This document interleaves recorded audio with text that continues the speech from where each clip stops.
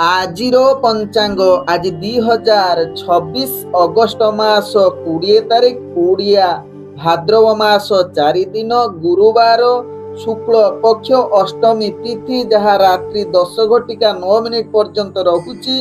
ତାପରେ ନବମୀ ତିଥି ଆରମ୍ଭ ହଉଛି। ଆଜି ବିଶାଖା ନକ୍ଷତ୍ର ଯାହା ଦିବା 10:57 ପର୍ଯ୍ୟନ୍ତ ରହୁଛି। ତାପରେ ଅନୁରାଧା ନକ୍ଷତ୍ର ଆରମ୍ଭ ହଉଛି। ଆଜି ବିଛା ରାଶିରେ ଚନ୍ଦ୍ର ଅବସ୍ଥାପନ କରି ରହୁଛନ୍ତି। ଆଜି ସୂର୍ଯ୍ୟ ଉଦୟ ହେଉଛନ୍ତି ଯାହା ପ୍ରାପ୍ତ 5:26 ସେହିଭଳି ସୂର୍ଯ୍ୟ ଅସ୍ତ ହେଉଛନ୍ତି ଅପରାହ୍ନ 6:09। ଆଜି ଯୁଗ୍ନି ରହିଛି ଐଶାନ କୋଣେ ରାତ୍ରି 10:09 ପରେ ଯୁଗ୍ନି ପୂର୍ବ ଦିଗରେ ରହିବ। ଆଜି ଘାତ ଚନ୍ଦ୍ର କୌଣସି ରାଶିରେ ନାହିଁ। ଆଜି ଘାତ ବାର ରହିଛି ଯାହାକି ତୁଳା ରାଶି ବ୍ୟକ୍ତି ଏବଂ କୁମ୍ଭ ରାଶି ବ୍ୟକ୍ତିଙ୍କର।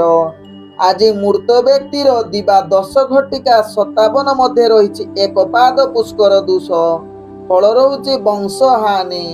ଆଜି ଅଷ୍ଟମୀରେ ଶ୍ରାଦ୍ଧ ନିଷିଦ୍ଧ ଖାଦ୍ୟ ରହିଛି ନଡ଼ିଆ ତତ୍ସହିତ ନାଉ ଭୋଜନ ନିଷେଧ ରହିଛି। ଆଜି ଶୁଭ କାର୍ଯ୍ୟ ଗୁଡ଼ିକ କରିପାରିବେ ଆପଣମାନେ ଅନ୍ନପ୍ରସନ୍ନ କଳା ସଙ୍ଗୀତ ବିଦ୍ୟାରମ୍ଭ ଗୃହ ବାଣିଜ୍ୟ ହଳ ପ୍ରଭାବ ବୃକ୍ଷରୋପଣ ଧାନ୍ୟ ରୋପଣ ଦେଶ ଗୃହୀତ ନବାନ ନବାର ବସ୍ତ୍ର ପରିଧାନ ତତ୍ସହିତ ନାମକରଣ ନିଷ୍କ୍ରାମଣ ପୁରାତନ ଗ୍ରହ ପ୍ରବେଶ ଜଳାଶୟ ଆରମ୍ଭ ଦେବତା ଗଠନ ନୌକା ଗଠନ ଔଷଧୀକରଣ ଓ ସେବନ ନବସଜ୍ଜା ଉପଭୋଗ ଅଳଙ୍କାର ଧାରଣା ତତ୍ସହିତ ରାତ୍ରିରେ ଗର୍ଭଧାରଣ କରିପାରିବେ। ଆଜିର ଅଶୁଭ ବେଳା ଯାହା ଦିବା 1:22 ଅପରାହ୍ନ 6:09 ମଧ୍ୟ ରହିଛି। ରାହୁ କାଳ 12 ବେଳା ଏବଂ କାଳ ବେଳା।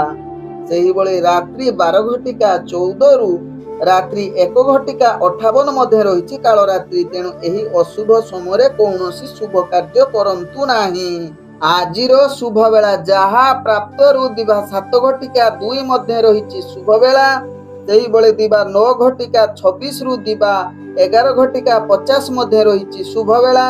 ସେହିଭଳି ରାତ୍ରି 1:59 ରାତ୍ରି 3:45 ମଧ୍ୟ ରହିଛି ଶୁଭ ବେଳା। ତେଣୁ ଏହି ସମୟରେ ଯେକୌଣସି ଶୁଭ କାର୍ଯ୍ୟ କରିପାରିବେ।